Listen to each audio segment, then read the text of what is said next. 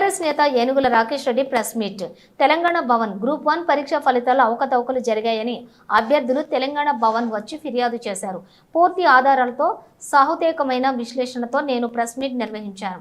నేను లేవనెత్తిన ప్రశ్నలకు సమాధానం చెప్పకుండా టీజీపీఎస్సీ పరువు నష్టం దావా నోటీసు పంపించడం దుర్మార్గం.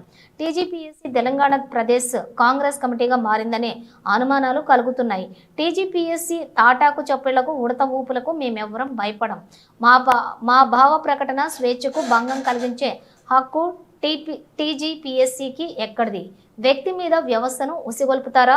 ప్రశ్నించడమే నేరమైతే ప్రశ్నిస్తూనే ఉంటాం. ప్రశ్నించడం తెలంగాణ గడ్డ నాకు నేర్పింది.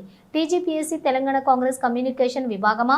గతంలో రేవంత్ రెడ్డి కూడా టీఎస్పీఎస్సీ తీరును తప్పుపట్టలేదా? టీజీపీఎస్సీ తీరుపై ఆ సంస్థ వెబ్సైట్కు అనేక ఫిర్యాదులు వచ్చాయి. వాళ్లకు కూడా నోటీసులు పంపుతారా? వార్తాపత్రికలు కూడా అనేక కథనాలు రాశాయి. వాటికి కూడా నోటీసులు పంపుతారా? నేను మాట్లాడితేనే మీ పరువు పోయిందా?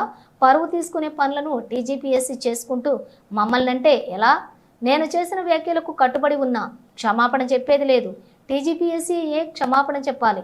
ప్రిలిమ్స్కు మెయిన్స్కు వేరువేరు హాల్ టికెట్లు ఇవ్వటం కరెక్టా? 563 మంది ర్యాంకర్లలో టాప్ 500 మందిలో ఒక్క తెలుగు మీడియం అభ్యర్థి లేరనడం తప్ప?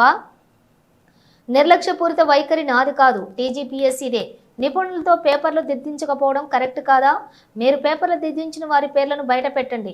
నేను డబ్బులు సంపాదించుకోవడానికి ఈ ఆరోపణ చేసినట్టు రాజ్యాంగబద్ధ సంస్థ అయిన టీజీపీఎస్సీ నోటీసులో పేర్కొనవచ్చా? నా ప్రాథమిక హక్కులను హరించిన టీజీపీఎస్సీపై నేను కూడా పరువు నష్టం దావా వేస్తా. నేను ఇప్పుడే రాజకీయాల్లోకి కాదు, అల్లా టప్పాగా ఆరోపణ చేయలేదు. 3 రోజుల్లోనే టీజీపీఎస్సీ నోటీసులకు సమాధానం ఇస్తా.